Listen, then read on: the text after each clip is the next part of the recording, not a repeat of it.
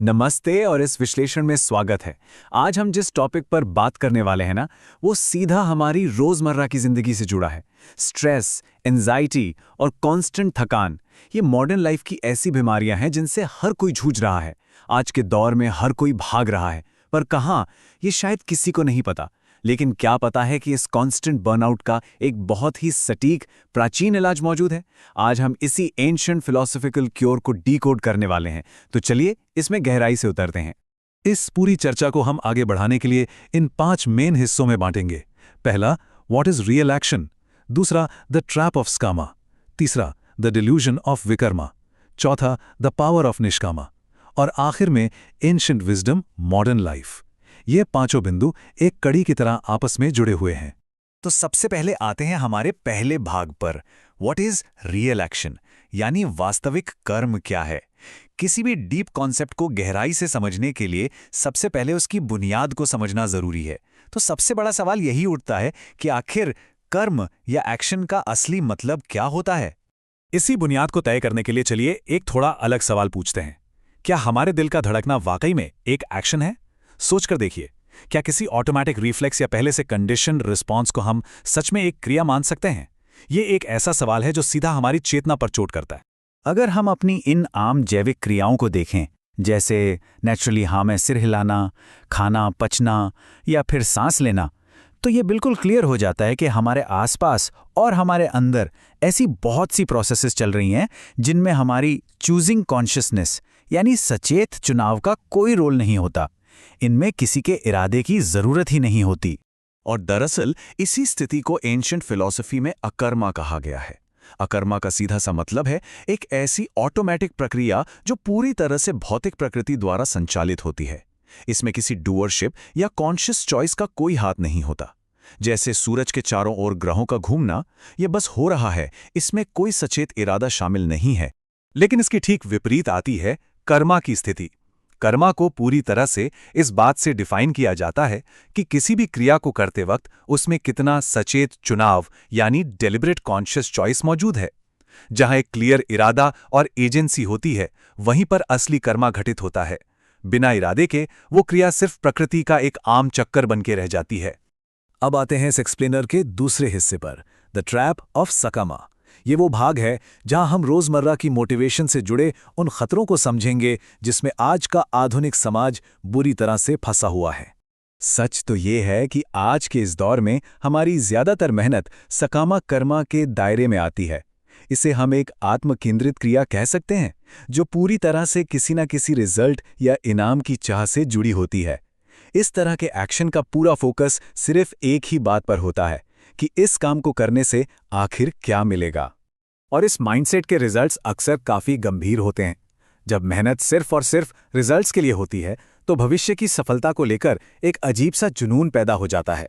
ये मोटिवेशन का ढांचा एक एक्सेसिव वर्क प्रेशर और कांस्टेंट एंजाइटी को जन्म देता है, जिसका अंत इनएविटेबल रूप से एक बहुत ही थका देने वाले साइकोलॉजिकल बर्नआउट में होता है। ये लगातार बढ़ने वाली दौड़ कभी खत्म नहीं होती। इसके बाद हम चलते हैं तीसरे और बेहद दिलचस्प भाग पर, द डिल्यूजन ऑफ विकर्मा। ये कॉन्सेप्ट एक ऐसे गहरे और छिपे हुए जाल को सामने लाता है जो शायद आज के इस दिखावे वाले समाज में सबसे ज्यादा कॉमन है। दार्शनिक दृष्टि से देखा जाए तो सबसे रोचक और खतरनाक स्थिति विकर्मा की होती है। विकर्मा असल में एक ऐसी टॉक्सिक मानसिक स्थिति है जहां एक डीप इनर डिसऑनेस्टी होती है। इसमें इंसान अंदर से तो इच्छाओं और डिजायर्स की जंजीरों में बुरी तरह जकड़ा होता है, लेकिन बाहर से पूरी तरह आजाद और बेहद खुश होने का दिखावा करता है। ये स्थिति बिल्कुल ऐसी है जैसे अपनी बेड़ियों को सजाना और उन्हें आभूषण का नाम देना। कितना पावरफुल थॉट है ना? इस भ्रम में लोग अपने गहरे दुख और परेशानियों को एक नकली पॉजिटिविटी के पीछे छिपाते हैं। ये आज की दुनिया का वो कल्ट ऑफ हैप्पीनेस है जो दरअसल मानसिक परेशानियों की एक बड़ी महामारी को पैदा कर रहा है। इन सभी मानसिक जालों और दुखों को समझने के बाद अब हम आगे बढ़ते हैं अपने चौथे भाग की ओर, द पावर ऑफ निष्कामा। यहां हमें इन सभी आधुनिक समस्याओं का सबसे शक्तिशाली और अंतिम समाधान मिलता है। और ये समाधान आता कहां से है? इन सभी ट्रैप्स से बाहर निकलने का मूल फ्रेमवर्क भागवत गीता के 18वें अध्याय में बेहद खूबसूरती से समझाया गया है।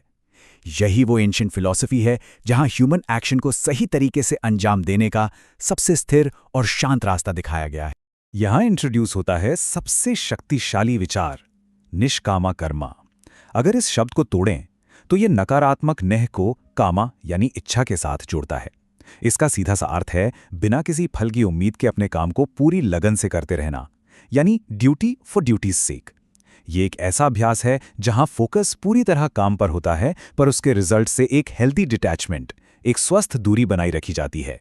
इस एंशिएंट फ्रेमवर्क की खासियत देखिए कि कैसे हमारे एक्शंस और गुणा को क्लासिफाई करता है।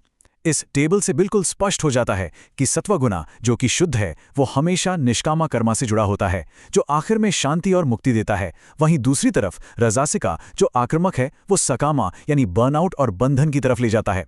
और अंत में तामसिका, जो अंधकार या आलस्य का प्रतीक है, वो विकर्मा यानी भ्रम और जड़ता का कारण बनता है। ये विश्लेषण एकदम लॉजिकल और सटीक है। गीता का ये गहरा श्लोक का इस पूरी विचारधारा को एक सटीक वाक्य में समेट लेता है। तुम्हारा अधिकार सिर्फ कर्म करने पर है, उसके फलों पर कभी नहीं। ये शब्द दरअसल निष्कामा कर्मा के सार को पूरी तरह पकड़ लेते हैं। ये सिखाता है कि बिना परिणाम की जंजीरों में बंधे सिर्फ अपने कर्म को अपना सबसे बड़ा धर्म मानना चाहिए। अब आते हैं अपने 5वें और आखिरी भाग पर, एंशिएंट विजडम मॉडर्न लाइफ। अब सवाल ये उठता है कि इन प्राचीन युद्ध क्षेत्रों के ज्ञान की आज के इस तेज कॉर्पोरेट वर्ल्ड में या रोजमर्रा की लाइफ में आखिर इतनी क्या जरूरत है? जब हम इन दोनों अप्रोचेस की आपस में तुलना करते हैं तो तस्वीर पूरी तरह क्लियर हो जाती है। एक तरफ सकामा कर्मा है जो मोटिवेशन और एक्सटर्नल रिवॉर्ड्स पर डिपेंडेंट है और इसी वजह से ये बहुत ज्यादा स्ट्रेस पैदा करता है। और दूसरी तरफ देखिए निष्कामा कर्मा को। यहां क्रिया एक्सटर्नल मोटिवेशन से नहीं बल्कि इंटरनल इंस्पिरेशन से होती है। यहां ड्यूटी और लगन है जो किसी भी माहौल में व्यक्ति को शांत, स्थिर और संतुलित रखती है। इस आंतरिक स्थिरता का प्रैक्टिकल फायदा क्या होता है? निष्कामा का अभ्यास करने से नेचुरली एथिकल बिजनेस प्रैक्टिसेस और इंटेग्रिटी को बढ़ावा मिलता है, क्योंकि जब किसी सेल्फिश मोटिव का बोझ नहीं होता तब काम में बेईमानी भी नहीं आती। ये प्रेजेंट मोमेंट में माइंडफुलनेस बढ़ाता है, वर्कप्लेस स्ट्रेस को इफेक्टिवली कम करता है और सबसे ज़रूरी बात, ये काम को एक बोझ की तरह नहीं बल्कि पर्सनल एक्सीलेंस हासिल करने के एक बेहतरीन जरिए में बदल देता है। तो इस एक्सप्लेनर को समाप्त करते हुए एक बेहद प्रोवोकेटिव और विचार उत्तेजक सवाल पर ध्यान देना लाजमी है। अगर किसी काम में सफलता या किसी इनाम की पहले से कोई गारंटी बिल्कुल ना हो तो क्या वो काम तब भी उतनी ही लगन से करने लायक होगा? ये एक ऐसा डीप क्वेश्चन है जो हर किसी को अपने रोजमर्रा की मोटिवेशन पर पुनर्विचार करने पर मजबूर कर देता है। जवाब आसान नहीं है, पर शायद यही जवाब सच्ची आज़ादी और शांति की चाबी है। इस प्राचीन ज्ञान के विश्लेषण में साथ बने रहने के लिए बहुत शुक्रिया।